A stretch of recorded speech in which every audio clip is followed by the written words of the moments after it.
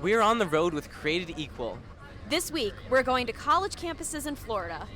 We'll talk to college students about abortion. Then we'll come back here to talk about our conversations. Come debrief with us. Hello, everyone, and welcome to the first episode of the third season of the Debrief. My name is Maggie, as you may know, but probably not because that's my first time hosting. Welcome to the microphone, Maggie. Thank you, Seth. Out of the producer chair, behind the microphone. Woo! Now we have Isaac in the producer chair. Mm-hmm. Joining me today, as always, as will be always for the now on, That's for who a we- while, will be Seth and Ethan. Yep. Hey, And we have a special guest today, Cristiana. Hi, I'm so happy to be here. I'm glad you are here too. Tell us where you're from, Cristiana. I am from Seattle, Washington. Well, what are you doing in Ohio now? I'm here for the Justice Ride. That's it. Woo, woo. Boom. We have the Justice Ride beginning this evening Tonight. as we are recording. Yeah. And we're going to hit the road tomorrow morning. It's going to be a great time. I'm excited go. for it. Yes. And you have never been on a Justice Ride, right? No. Cristiana? Mm-mm. And you are here with Tiny Heartbeats Yes, Ministries. So tell us a little bit about that and how you got involved with them. Yeah, I was attending a Bible study, and someone I knew there was doing outreach with THM, and I kind of made it known that I wanted to do outreach of some kind, not necessarily abortion related, just trying to use my faith in some way. And he was like, "Hey, I know this group that does something. Would you want to join them?" And I was like, "Sure." And so I did, and the rest is history. I've been at it since, I think, October 2022. 2022. That was Nice. last Just year. a couple of months. And yeah. Maggie, I don't know if many of our listeners would know already, probably several of them do, but Andrew Karen, the founder of Tiny Heartbeat Ministry, who of course you know well, not Cristiana, right? He was an intern, 3 years ago? Anyone know? I don't know how long ago it was, but he was an intern here with Create Equal summer several years ago, then went home to found Tiny Heartbeat Ministry. So it's pretty cool what they've done, what they've achieved, and we're excited to have them on the trip again with us this year. Yeah. I would have never known about Created Equal if it wasn't for THM, so very Nice. thankful for that. Yeah, you are off on the far reaches of the American frontier, where we have not really reached into, except for sending Andrew back home to reach. So Well, that's pretty huge that he went and started his own organization. it is huge. I mean, this is a guy in his 20s, right? He went home to start his own 501c3. It's very cool that he is doing that, and the team has just grown. It's continuing to grow, so it's very exciting. Yeah. Cool. Yeah, Ethan and I have never met Andrew, right? Oh, You really? have- Oh, I'm sorry. I'm talking like as Yes. if you're old friends. You have no clue. Yeah, we've heard lots about him, of course. I know. course. Yep. Heard a lot about him. I've met Lucas and is it Steven? Yeah. Steven, yeah, He's the yeah, other guy yeah. who helps run it. It's the three of them. So, but yeah, never met Andrew. I've heard a lot about Andrew from a lot of people. If you guys came to Washington, you would definitely meet him. Right. And I know that we're talking about the Justice Ride, but that is kind of the pattern of the internship too, that people come here for the summer to spend time with us and go home to do their own work at home. And that's what Andrew did. He was trained here to lead outreach, but going home and just leading his own outreach occasionally was not enough for Andrew. He needed to start an organization that he has done. So check out tinyheartbeatministries.org. We'll put it in the show notes. Check it out. Yeah.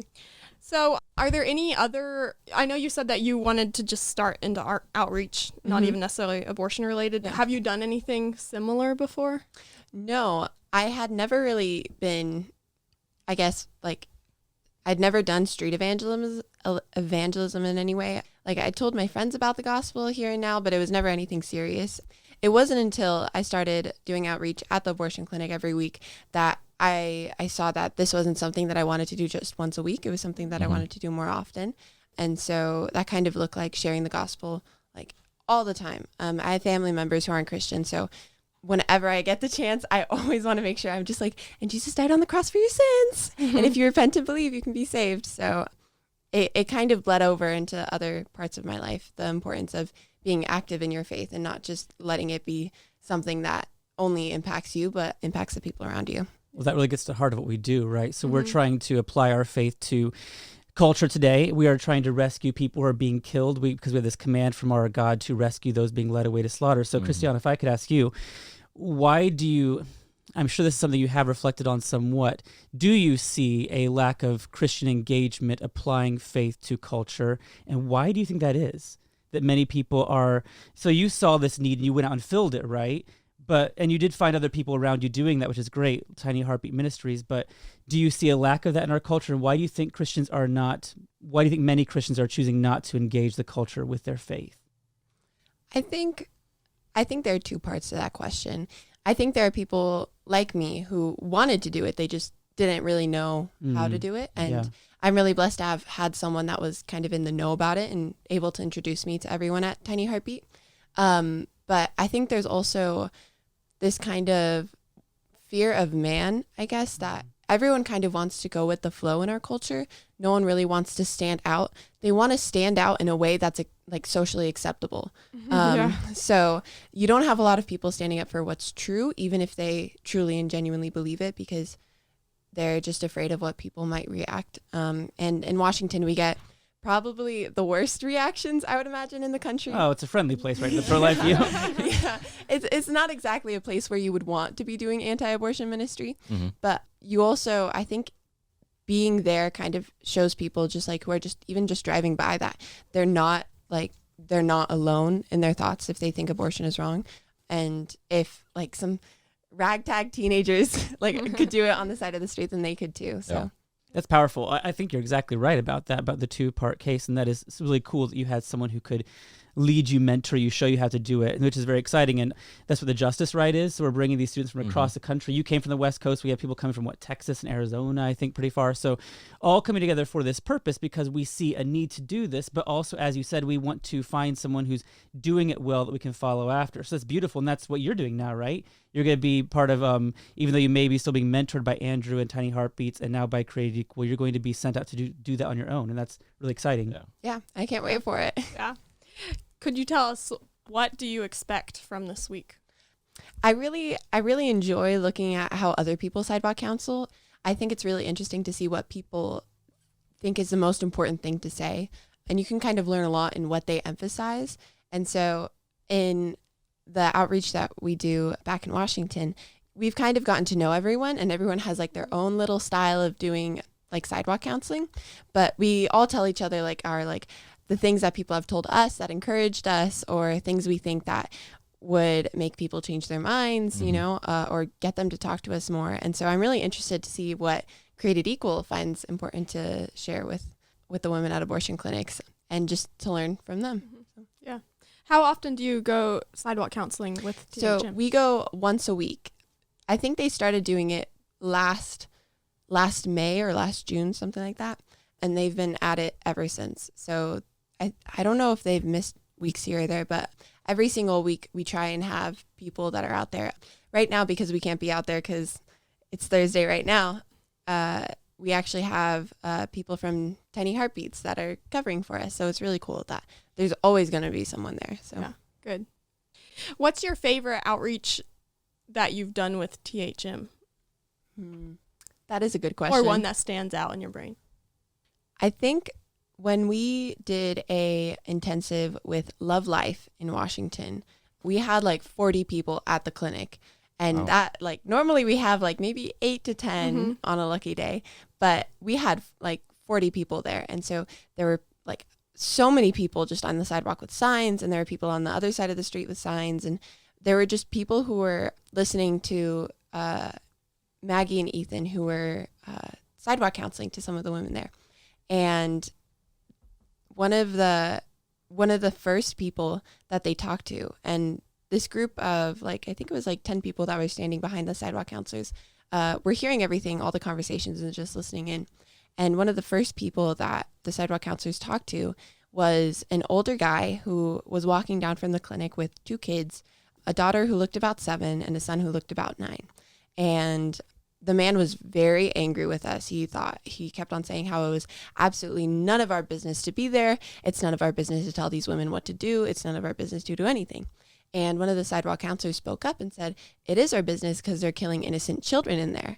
They're even killing your child in there.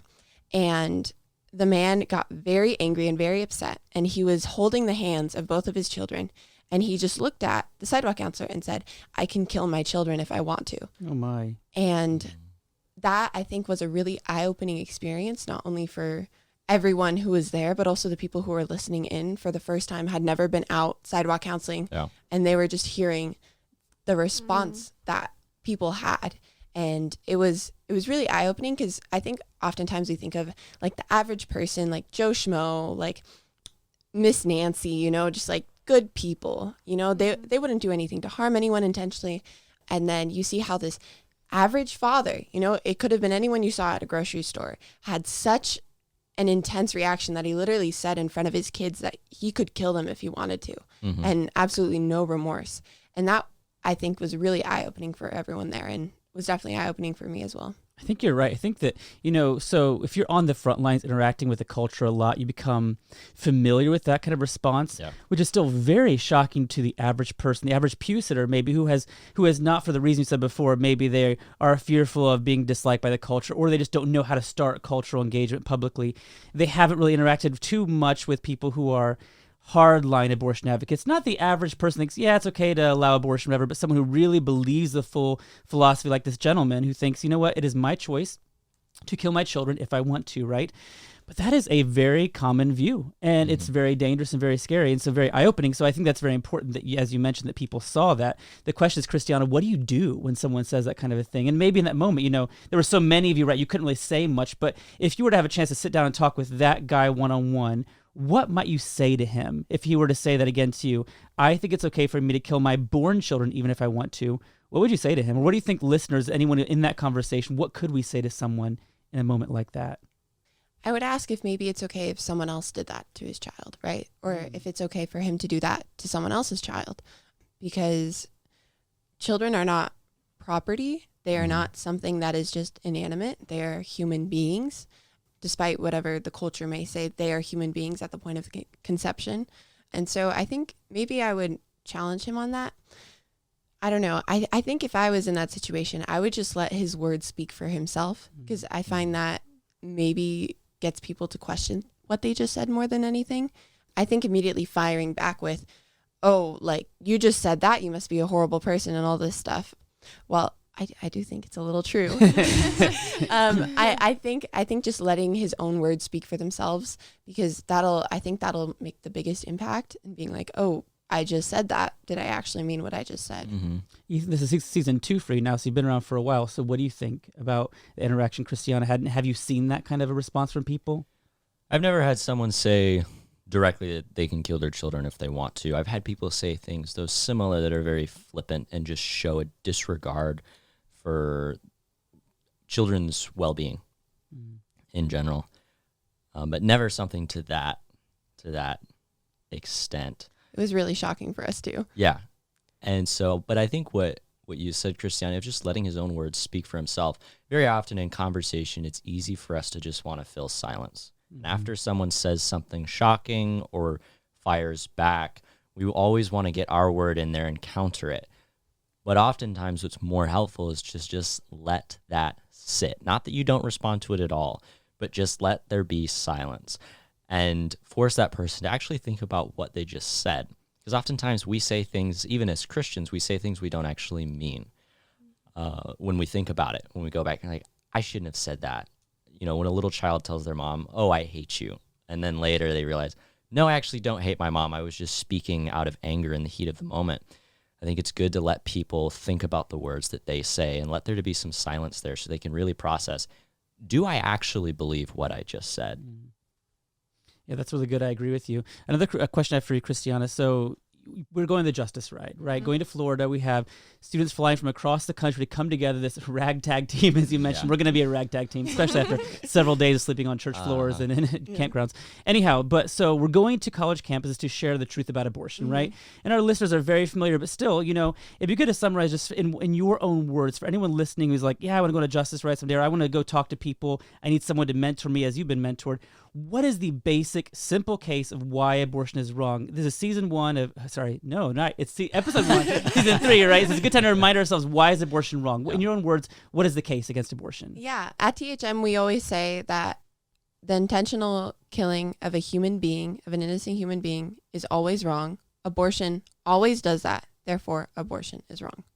Pretty simple, right? Yep. What would you say if someone says, well, how do you know the fetus, the embryo, is a human or a living human? Yeah, so at the point of conception, that embryo has all the DNA it needs to become a fully developed human being. And so even to the point where a mother, if she gets pregnant and she has HIV, the baby is so distinct from her, the baby can be born without HIV. And in those kind of cases, the baby ends up getting HIV not through birth or through when they're growing in the womb, but actually through like breastfeeding and things like that, because that's where like the disease is transferred to. Mm-hmm. And so we can see that at the point of conception, the baby has its own DNA.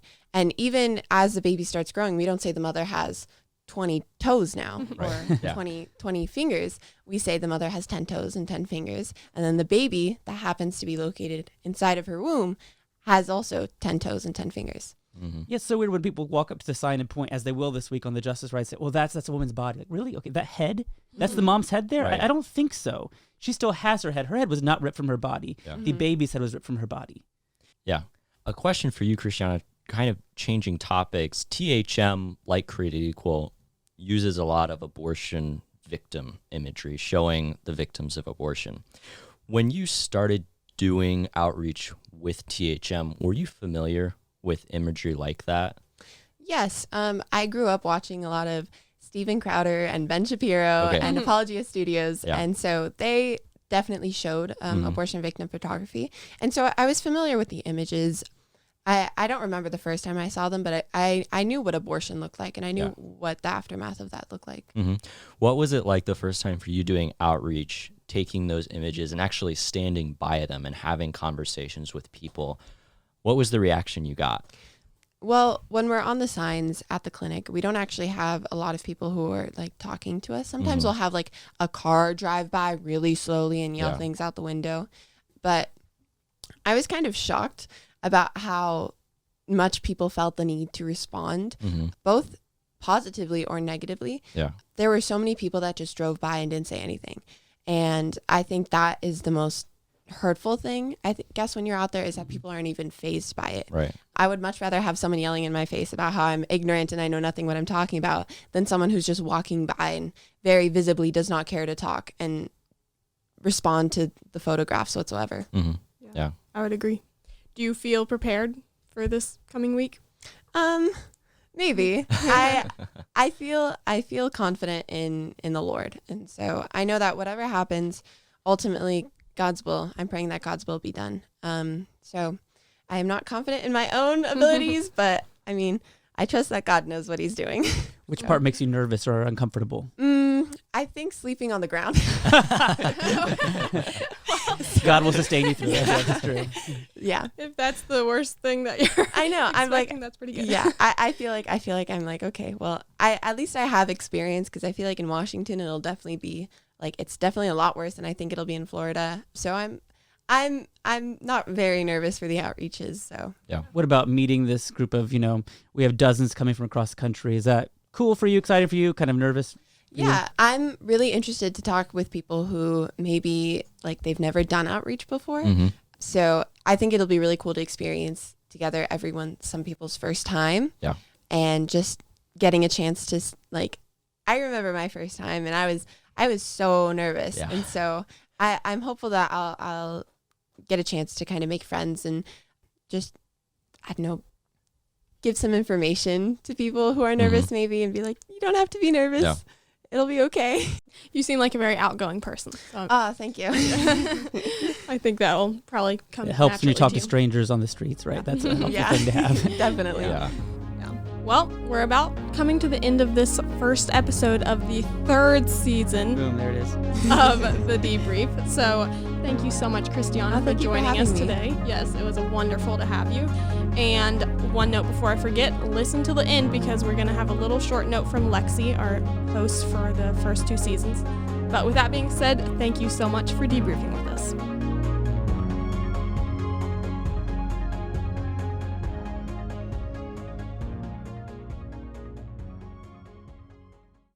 Hey y'all, it's Lexi popping in real quick to officially say goodbye. I've loved hosting the Debrief Pro-Life Outreach, and now I'm handing over my spot to Maggie. Thank you so much for listening to season 1 and 2 of the show, and now on to season 3.